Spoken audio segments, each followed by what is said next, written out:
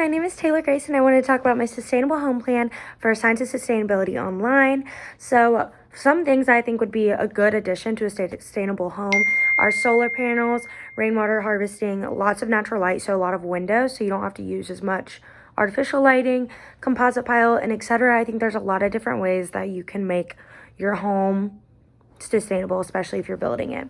For the location, I think a great place would be a wooded area, therefore you could use the wood nearby, and it also, I would like a lake nearby and a temperate kind of temperature, which is kind of in the middle, so it'd be good for livestock, gardening, and maybe you wouldn't even have to use AC and could like keep the windows down, doors open, something like that. So for energy, I would use solar panels. This is a really good natural energy source instead of using harmful nuclear energy. It also would make electric bills cheaper in the long run. So for wastewater and water, the lake, I would use a filtration system to utilize that lake water into my home. And then the rainwater I would collect for either feeding animals or drinking animals, and just using that even as drinking water if I filter that as well. And then wastewater I would use for my garden. So for building materials, I would use surrounding wood from the trees, which I already stated, and then the shingles on the roof would be made from recycled materials to ensure their sustainability in my home. Windows, like I said, would be a massive part because I would want to make sure that natural light is being used in my home, at least during the day, so I wouldn't have to use as much artificial lighting and electricity. Household materials, so I would definitely want to use eco-friendly LED lights when making my home and using that artificial lighting, which would be low energy bulbs. And there would also be an electric powered oven utilizing the solar panels instead of using like a gas stove, which exhausts like fuels.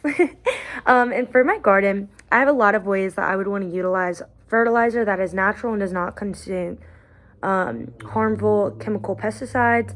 One of that being natural fertilizer, which would be from cow manure, wastewater, which I stated earlier, and then a compost pile, which would all my old food would go into, and I would also use that as a fertilizer. I would want my garden to be half an acre so I could grow all of the food I would need, and that would also be an act of sustainability in just my day life. For waste management, the compost pile that I already stated, and then I would also want to be reusing containers. This is not on my slide, but a great way you can do this is by going to like grocery stores that are like no waste. So this is having your own containers, and instead of using plastics that come in grocery stores, I would do that as an act, and also just make that in my home life, like using glass containers or plastic containers that I can reuse instead of plastic bags and stuff like that that is just wasteful. And I would obviously have a recycling bin and even use some items in my home to reuse them if I can, like metal, or even like just doing crafts in a way, DIYs that are utilizing trash. So for the cost, pulling from an article, it stated that if my house is 2,000 square feet, which is about the average of my home would be with the needed size, it would be estimated 9,420 kWh will be needed. So that evens out to about 16 solar panels, also depending, it can be different in some cases. And then I also found that Google stated that depending on wattage and square foot, this can be different, but on average $120 to $200 per each one. I rounded up to $150, which would make the average of 16 solar panels $2,400. This is a little pricey, but also in the long run, I feel like it would save and be really good for the environment.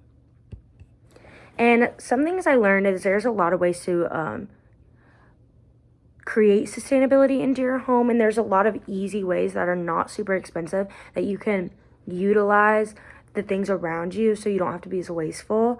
And one thing that surprised me is I thought solar panels were really, really expensive. My information could be wrong, but I thought they were like very expensive, like hundreds of thousands of dollars, which I don't really know why I thought that, but that did surprise me that it was not as much. One thing that I would like to implement in my home right now, and my roommate already kind of does this, is recycling a lot more. She has like a recycling bin that she keeps in our kitchen, and I want to start using that more since it's there. I feel like it would be really good for the environment and it's so easy. It's such an easy thing to just put what can be recycled in the recycling bin compared to the trash. And then one extra thing that I kind of already mentioned that I would love to utilize in my home would be a small farm. In the small farm, I would love to have chickens, goats, cows. Not a lot. I think they would probably fit on the other half acre, so I'd just have like 1 acre. But like one cow, and then just like a few chickens, goats. So the cows I think would be used for milk and manure. This would be a really good way to have more of a homestead on top of being sustainable with my garden as well.